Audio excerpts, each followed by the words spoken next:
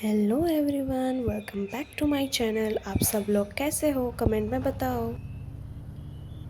तो आज ना मैंने कोई भी टू डू लिस्ट नहीं बनाई थी, सीधा मैं पढ़ने ही बैठ गई थी। एंड मेरा पहला सेशन था 7 बजे से लेके 12:30 बजे तक। एंड टॉप 50 क्वेश्चंस में मैंने थोड़े से तो कल ही कर लिए थे। 30-35 क्वेश्चंस बाकी थे, तो वो मैंने जल्दी से फटाफट जितना हो सके उतना जल्दी कंप्लीट कर लिया। लेकिन क्या होता है ना, कोई कोई क्वेश्चंस तो आपको आते ही नहीं है, तो उसके लिए मुझे लेक्चर देखना पड़ा। बाकी मोस्ट क्वेश्चंस तो मेरे को आ गए थे, तो लेक्चर नहीं देखना पड़ा। एंड ये टॉप 50 क्वेश्चंस मैंने नितिन सर के किए हैं, क्योंकि मैंने अमित सर के किए थे तो वो तो मेरे को हो गए थे। तो इस बार मैंने नितिन सर के टॉप 50 क्वेश्चंस रेफ़र किए। एंड वो भी बहुत ही बढ़िया क्वेश्चंस थे, सब कुछ रिवाइज हो जाए उस तरीके के क्वेश्चंस थे उसमें। तो सबसे पहले तो मैंने टॉप 50 क्वेश्चंस को ख़त्म कर दिया। आप लोग अभी रिवीजन में क्या क्या रेफ़र कर रहे हो? So it's 12:12 right now and now I will go for lunch because I didn't have breakfast today. I'll directly go for lunch. So abhi I have just completed my top 50 questions, and after this I'll go for theory revision and MCQ revision, and especially case based questions, because I find it more difficult to solve than those single MCQs, because case study based MCQs are really tough for me. I don't know why, but whenever I try to solve, I just get stuck at a point and just, I don't know.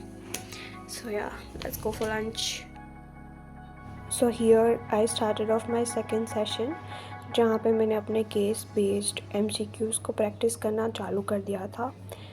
I solved around 15 case based questions and या मैंने वही सारे solve किए। आप लोग revision मतलब RTP MTP से ही करते हो, या टॉप 50 क्वेश्चंस भी खुद गिनते हो, या सिर्फ लेक्चर्स देखते हो? कमेंट में ज़रूर बताना। और आप सभी लोगों को बेस्ट विशेस है मेरी। आप सभी के पेपर बहुत ही अच्छे जाएं, बस आप अपना माइंडसेट अच्छे से बना के रखिए, ठीक है? आगे बढ़ते रहिए।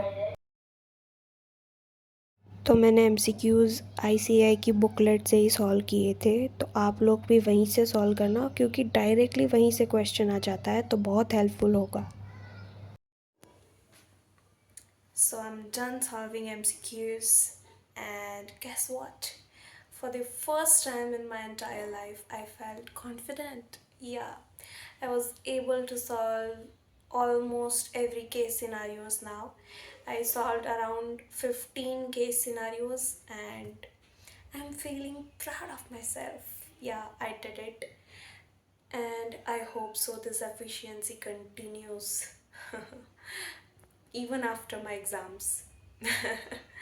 Because I worked so hard. Because I worked so hard. Because I worked so hard. So now So now I'm going to solve theory portion, and I think so only important questions, not the full syllabus, only important questions. Let's see how many hours it takes. So actually अभी मैं जा रही हूँ गणपति जी की आरती के लिए। पीछे शायद आपको आवाज़ आ रही होगी, हमारी सोसाइटी के गणपति जी। और अभी तक मेरे पीरियड्स चल रहे थे, तो मैं इतने दिन तो नहीं जा पाई थी, लेकिन आज इतने दिनों के बाद जाने का मौका मिल रहा है, and I am so excited. और ये दादी का घर है, तो यहाँ पे कोई ज़्यादा तैयार होने का सामान वगैरह कुछ छोटा नहीं है, तो एज इट इज़ बस कुर्ती पहन ली है और अभी जाएंगे आरती में। उसके बाद फिर से खाना खा के पढ़ाई पे लग जाएंगे भाई साहब। तो यहाँ पे अभी तक मैंने जो भी गिना है आज के दिन में, वो यहाँ पे है।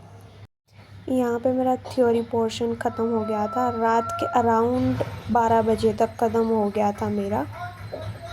Ignore the background noise. तो आज का मोटिवेशन एंडिंग में मैं देना चाहूँगी स्वामी विवेकानंद जी, जिन्होंने मतलब बचपन में ऐसा कहा जाता था उनको कि आप कुछ नहीं कर पाओगे, आप एब्सोल्युटली मतलब टीचर्स ने भी मना कर दिया था कि हम नहीं पढ़ाएंगे, लेकिन वो बहुत ही ज़्यादा होशियार थे। उन्होंने अपने आप पर कॉन्फिडेंस रखा और आप सभी लोग स्वामी विवेकानंद जी को जानते होंगे।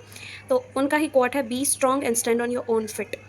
मतलब कि हमारे गुजराती में बोलते हैं, उठो, जागो और ध्येय प्राप्ति तक लगे रहो। मतलब वो मैंने आपको हिंदी में बता दिया। तो वो सारे स्वामी विवेकानंद जी के कोट है एंड स्वामी विवेकानंद जी मेरे आइडल है। तो मैं आप सभी लोगों को बताना चाहूँगी, आपको कॉन्फिडेंस आ रहा है, नहीं आ रहा है, जो भी हो, लेकिन एक बात हमेशा याद रखना, आपका रिज़ल्ट आपके ही हाथ में। आपके रिज़ल्ट पे आईसीएआई का कोई हक नहीं है, आपके पेपर पे आपका हक है। और पेपर को अच्छे से लिखने के लिए आपको दिमाग लगाना पड़ेगा, उसके लिए पढ़ना पड़ेगा। उसके लिए ये नहीं सोचना होता है कि मैं क्या पढ़ूँ, ये पढ़ूँ, वो पढ़ूँ। बुक निकालो, जो नहीं आता है वो पढ़ने लग जाओ। जिसमें प्रैक्टिस की ज़रूरत है उसमें प्रैक्टिस करने लग जाओ। जितना ओवरथिंक करोगे उतना ही आपका रिजल्ट के 1-2 मार्क्स घटते जाएंगे। ट्रस्ट मी गाइज, मत सोचो अभी कुछ, सिर्फ पढ़ाई पे लगे रहो और आगे बढ़ते रहो। Best of luck, best of luck, best of luck. My best wishes are with you guys. And आज मैंने गणपति जी से भी प्रार्थना की है, जिन लोगों ने अपने दिल से पूरी मेहनत की है उन सभी को अच्छे से अच्छा रिजल्ट देना। Yes, you can do it. Believe in your self, keep going and don't stop. You have that power to achieve anything. Don't forget that. Believe in yourself, keep going. Best of luck. Bye, guys.